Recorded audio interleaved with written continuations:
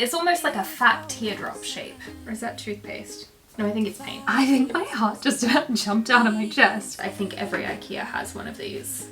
From now until forever. I'll get it right eventually. Come on this journey with me while I figure out what I'm doing. I feel so festive. Tomorrow it is Christmas. It's Christmas time. Well, I mean, technically it's actually November at the moment when I'm filming this, and it will probably be, I think, around the 1st or the 2nd of December when this video comes out. So by then it will be Christmas time. For you guys, it's Christmas. If you guys are new to my channel, my name is Mahala and I do DIYs, room makeovers and furniture flips. Today we are getting into the Christmas spirit and doing some Christmas based DIYs because there are so many fun DIYs I want to get through with you guys today. Let's jump into DIY number 1. So I went a little crazy. I bought a lot of plastic clear Christmas ornaments in 2 different sort of shapes. So I've got, don't you run away from me. So I've got this kind of like vintagey, it's almost like a fat teardrop shape. I don't know how else to describe it. And then a classic round shape as well. And I really wanted to do sort of a Mercury glass inspired DIY. So I did actually test this out because these are plastic and everything that I was seeing around doing Mercury glass was don't use plastic, use glass, which obviously makes sense, but glass is more expensive and these are far more durable and less likely for me to break them. But because I did go the plastic, I wanted to test them out first and see what I could do. So I'm going to show you guys the 3 different types that I did just to test out, and it definitely works with the plastic, so you're all good there. We've got this one here which is silver with a bronze, this one which is silver, then a gold, and then a bronze, and then this one is just gold. Of all of these, the ones that I like the best are these 2. So the gold one, the straight gold one, and then the bronze, silver, and gold. So that's what we're going to be doing today, but I will show you the process for just doing the silver one, which is a little bit more of a traditional Mercury glass vibe. I think this is probably the one that I'm the most excited for because I want vintage ornaments and I just can't afford them or find them. So good little DIY hack. So for this project you will need some ornaments, then you will also need some Mirror Effect Rust-Oleum spray paint or a different brand that does the same kind of thing. I got one in silver and one in gold. You don't necessarily need both, it depends on what you want to do. They are very small cans and kind of expensive, so if you just want to go with one color, totally fine. I also have this burnished amber forged hammer spray paint as well. You will definitely need a mask for this one, so please be safe and remember that. Then you'll need a 50-50 mix of vinegar and water, which I just popped into this easy spray bottle. You'll also need a hairdryer. Mine already has paint on it, so that's good. Or is that toothpaste? No, I think it's paint. And some paper towel as well. I'm gonna turn on my hairdryer now, so I will definitely go into voiceover mode because it's gonna be unpleasant. Put on the mask first. It's also important to work in a ventilated space. To start with, I'm spraying a few pumps of the silver Mirror Effect spray paint into the ornament and moving it around until it covers the whole interior. If there's any excess spray paint, just take a paper towel and shake it out. Once you've got rid of any of that excess, you can hold the ornament in front of the hairdryer and making sure to turn the ornament as it dries. This is to help prevent the spray paint from pooling in a particular area. To get that beautiful Mercury glass look, spray some of your vinegar water mixture into the ornament. This will lift the spray paint just a little bit and start to give the ornament a little bit more dimension. You can then use your paper towel to remove any excess vinegar and dry it again with the hairdryer. You'll need to repeat this process probably about 4 to 5 times until you get the right amount of coverage. This is how the ornament is looking with just the silver spray paint and the vinegar compared to the clear ornament. If you want to keep the Mercury glass look a little bit more on the traditional side, this is where you would spray the bronze forged hammer spray paint. Instead, I'm actually going to add in the gold first and repeat the process of spraying, shaking, drying, adding vinegar, shaking, and then drying again just with the gold spray paint. This is how the silver and gold look together, which I think is really beautiful, but we can definitely add a little more dimension. So to finish off this ornament and to add that dimension, I'm spraying a little bit of vinegar mixture in first, and then I'm adding the bronze forged hammer spray paint in while that vinegar is still in the ornament. This is just to dilute it a tiny bit so it's not too strong. And this is the final look of the silver-based Mercury glass ornament. I really love it, especially how those 3 colors kind of come together. To do the gold based version of this, you'll essentially need to do the same thing. So spray, turn, shake, dry, and repeat, just like with the silver version. You could potentially just use only the gold, which is actually what I did when I first did this. But then I decided I wanted to add a tiny bit of silver to the gold base ornament as well, but not the bronze. Before I add the tops to these ornaments, I do want to spray paint them so they look a little bit more antique-y rather than that really vibrant silver. So we're going to use the bronze forged hammer spray paint. I'm not really focusing on getting a full coverage, but I will cover most of it with the spray paint. There is just one thing left to do, and that is to add the tops to our ornaments and a little bit of ribbon as well. So we've got our ornament here that's a little bit more on the silver side, and then our ornament that's a little more on the gold side, but they still pair really nicely together because they have a little bit of gold and silver in each of them. I'll show you the ornaments with two different ribbons. I will actually end up using this silver ribbon when I complete this DIY in its full glory, because I'll be doing a garland. I just need to do, you know, like 100 million more of these before I can make my garland. So with my garland, I will use the silver ribbon, which is why I wanted to have a little bit of silver in with the gold, but it will still look very pretty tied like this.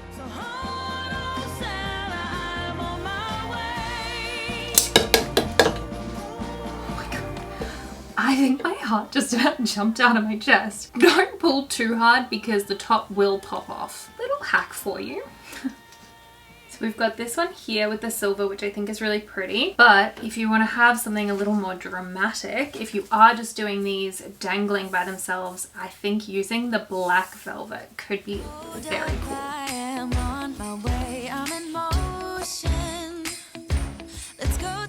And I think I actually want to make a little bow for this one because I think it will look quite cool. We can hang out on the beach without freezing.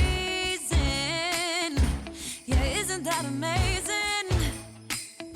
And there you have it, our two little ornaments done in two different ways. We've got with the black velvet and the bow, which honestly, if I was doing them individually, absolutely the way I would do it. Feels very luscious and dramatic. This one I also really love, but I think as an individual one, I probably wouldn't use the silver ribbon, but we will use it when we do the garland. I'll show you guys all of that when I do my Decorate With Me video. That'll be in a couple weeks time, so stay tuned for that. And look at them, so cute. When I say that I'm excited for this DIY, I don't think I can express how excited I am for it. It's an Anthropologie dupe. It is one that has been around for a little while, so it's that gingerbread doormat, gingerbread house doormat. I'm sure you guys have seen it floating around on Pinterest or other people's DIYs, but I really love it. I think it's so pretty, and you can't buy it anymore from Anthropologie, so I figured I would do a little dupe myself, but with like an a la Mahala twist to it, because obviously we don't want to make it exactly the same. I actually have a printed cutout of a gingerbread house design. So to make this, I did actually take the original Anthropologie design photo and I kind of traced out the main structure in a program called Affinity Photo. One of the two. Once I had those base shapes in place, I did export that to Canva so that I could add in a couple like ideas for design just to kind of map it out, and I decided I wanted to go for a little bit of a snowflakey type design rather than the love heart style that the original Anthropologie one had. And to print it out, I did have to print it out in many pieces, so you can see on the back here there's a little bit of tape holding it together, but I found that it was really easy to print this after exporting it as a PDF, so you can print it in poster size on A4 sheets of paper, and it'll kind of create cut lines for you so that you know exactly where to place all of your pieces together. So that's what we've done here. Then $5 I think from IKEA. So low investment cost so far, which makes me very happy. I bought this a little while ago. I think it's about $5, maybe $8, but it's certainly very inexpensive, and I think every IKEA has one of these from now until forever. In terms of supplies, essentially you're just going to need a little bit of paint. I'm using white acrylic paint. I do also have a paint marker as well, some paint brushes, and then because I want to create some snowflake designs on this, I do have some snowflake stencils here as well that we're going to use. So that's everything we're going to need, which means we have no time to waste and we need to get into making this beautiful rug or doormat. I'll get it right eventually. To start with, I'm just going to place this mat around about in the center. Honestly, I'm not too fussed if it's a little off because it will be so minimal anyway. We're going to use a ruler and the marker to go around the outside shape so that we know exactly where our lines are going to be and we can keep them nice and straight. Although this marker is definitely working to create a little bit of an outline, it's not working as well as I had hoped. So I'm actually going to switch it up and just do the paint. Like you can see along here, it's just very, very faint, and I think we want it just to be a little bit more noticeable, a little bit darker on this material. With my white acrylic paint, I'm painting around the outside to get the template of the house shape in place. The reason for this is I'm not a great artist, and freehanding this is bound to go horribly wrong. We have the main structure. So for this next step, I originally thought that I might freehand it. I'm now actually thinking that it might be better to kind of progressively cut out the shapes and do it that way instead. I'm using an X-Acto knife to make cuts where the windows are on the paper and also where the thicker lines for the roof and the doorway shapes are, just to get something a little bit more precise. Okay, well that was a tedious and slightly time-consuming process, but we're done. Originally I went in with a small brush to paint the roof shape, but quickly realized that that was going to take me forever. So I did end up grabbing a chip brush instead, and this worked amazingly. So I would definitely recommend this if you guys do the same kind of design. After getting all the bigger lines in place, I went in with a small brush to frame out the windows and just to add a little bit more paint in that area. I also added the shapes on the roof initially with my paint pen just to kind of get a feel for where I wanted the positioning, and then I went over them with the acrylic paint to make it more noticeable. I love how good this looks right now, which makes me a little nervous for the next step because I do want to do some snowflakes. However, obviously snowflakes have or can have a lot of detail, which is not really going to work for this because of the material that's here. I can't do anything super precise. So I'm going to test one out, see if it looks good, and I'll do that kind of like up here. And if it does, amazing, we can move on to the house and pop in some snowflake details there.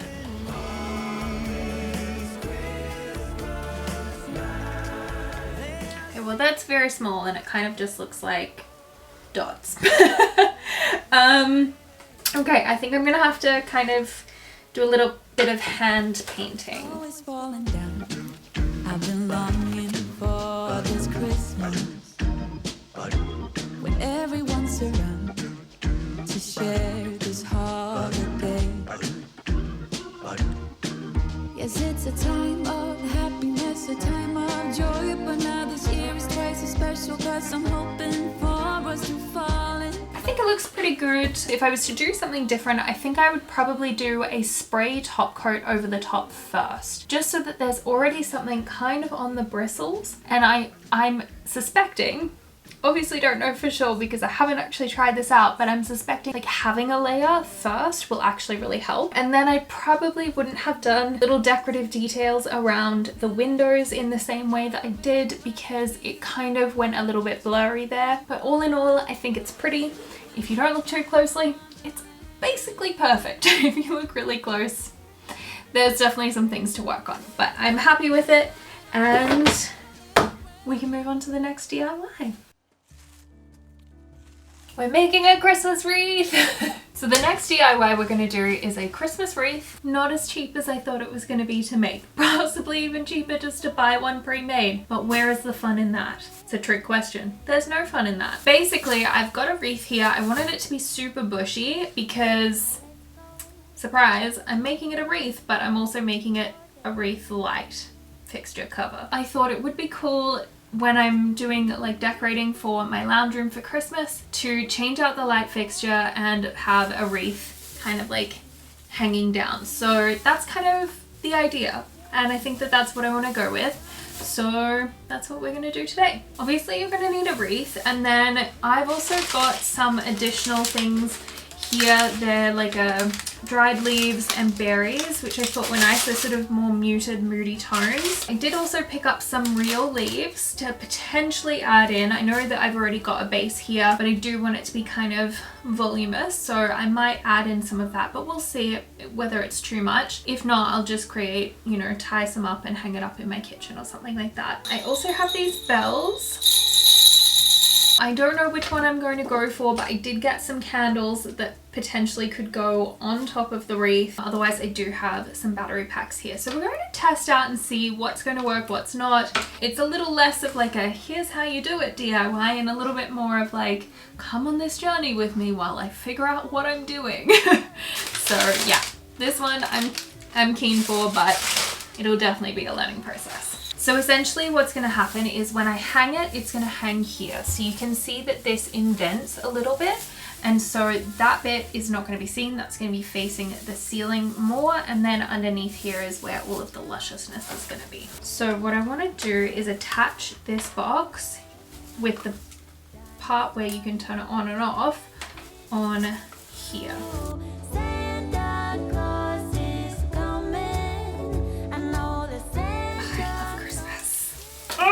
So good!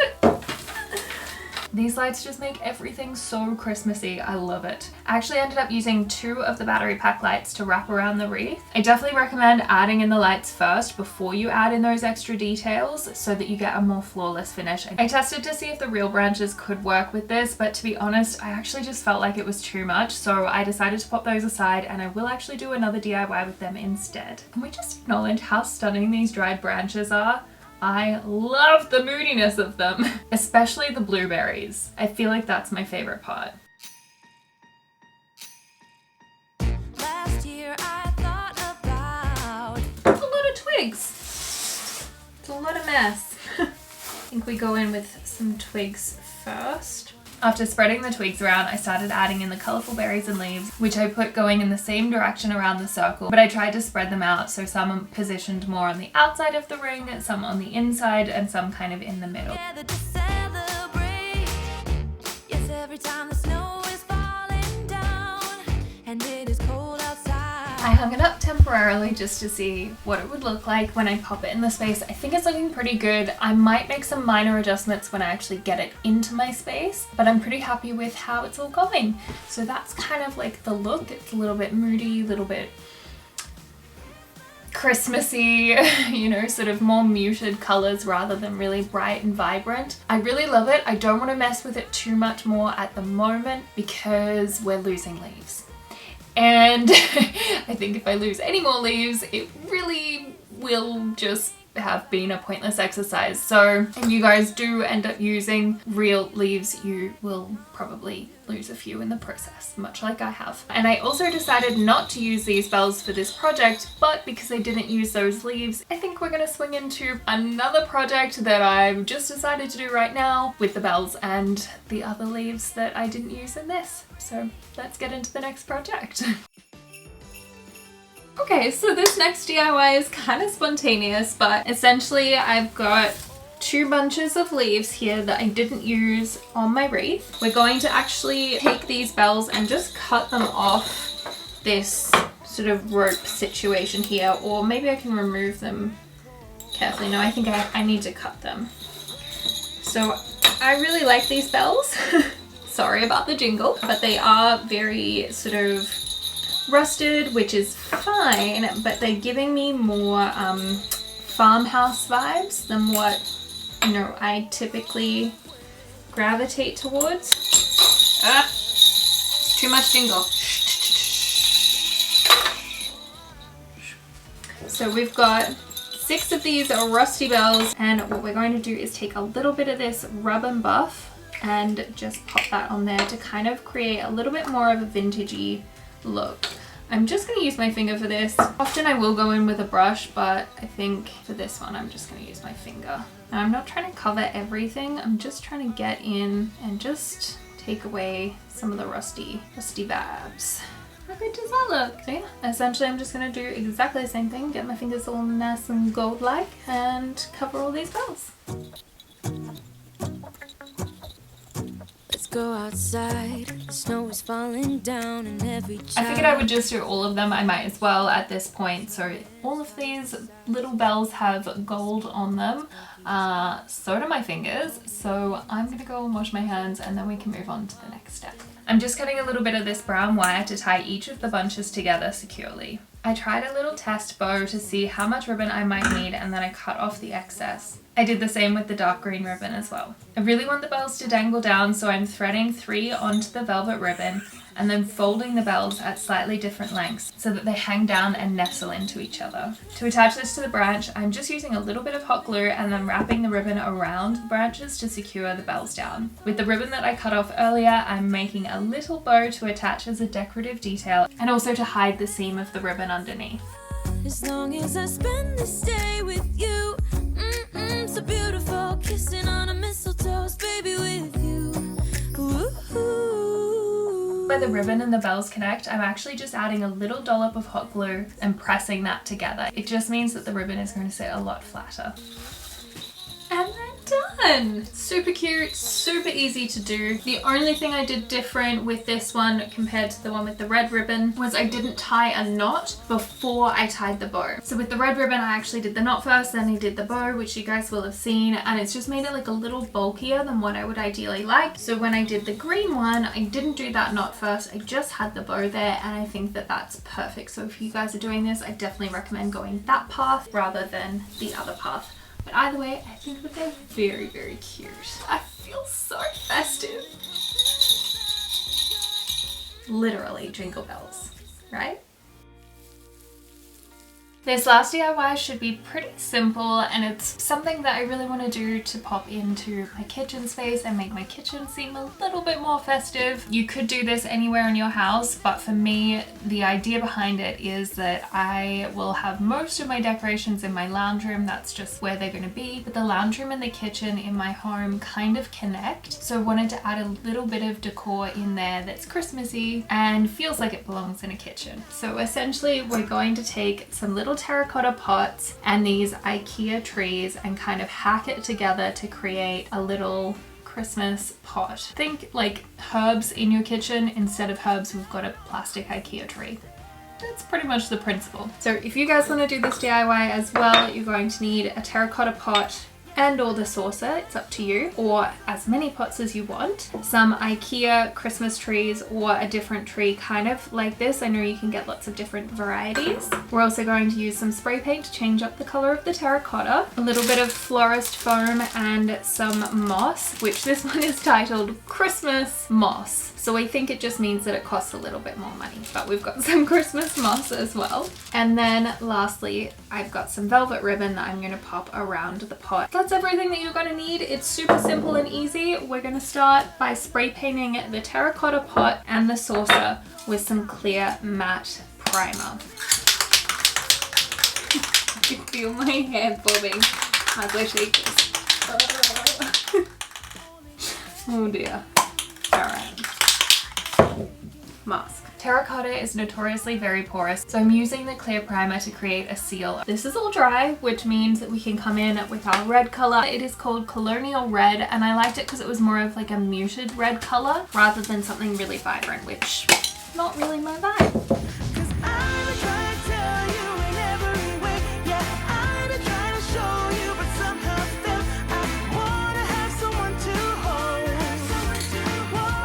So now they have to dry. Easy. You guys, this is how they're looking. Pretty cute. So now we need to actually make the tree pot happen. Put the tree in the pot. So we need to pop in a little bit of this foam stuff. I already cut one of them, and that just kind of presses down in there just a little bit. So we'll cut the other just in half, and then pop those in there like that. So basically they just sit in not too far down, but just enough so that there's a little bit of a dip for the plant. And then we're going to take out the plant. This one is pretty easy. You just kind of like twist it and it comes out. If it's a little bit tougher, it might have a bit of glue in there, but we pop our tree in. One came out easily. I mean, that one's super crooked. What are you doing? Okay. There we go. How cute do they look? But we're not done yet. Before we actually add in this foam, I think we're going to pop on some ribbon just because I'll have to tip this and I don't want things to fall out. So I'm thinking I quite like this kind of like goldy colored ribbon. So I think we're going to do that. I'm just adding a little dot of hot glue on the back to secure the ribbon and then pulling the ribbon around the front to make a bow.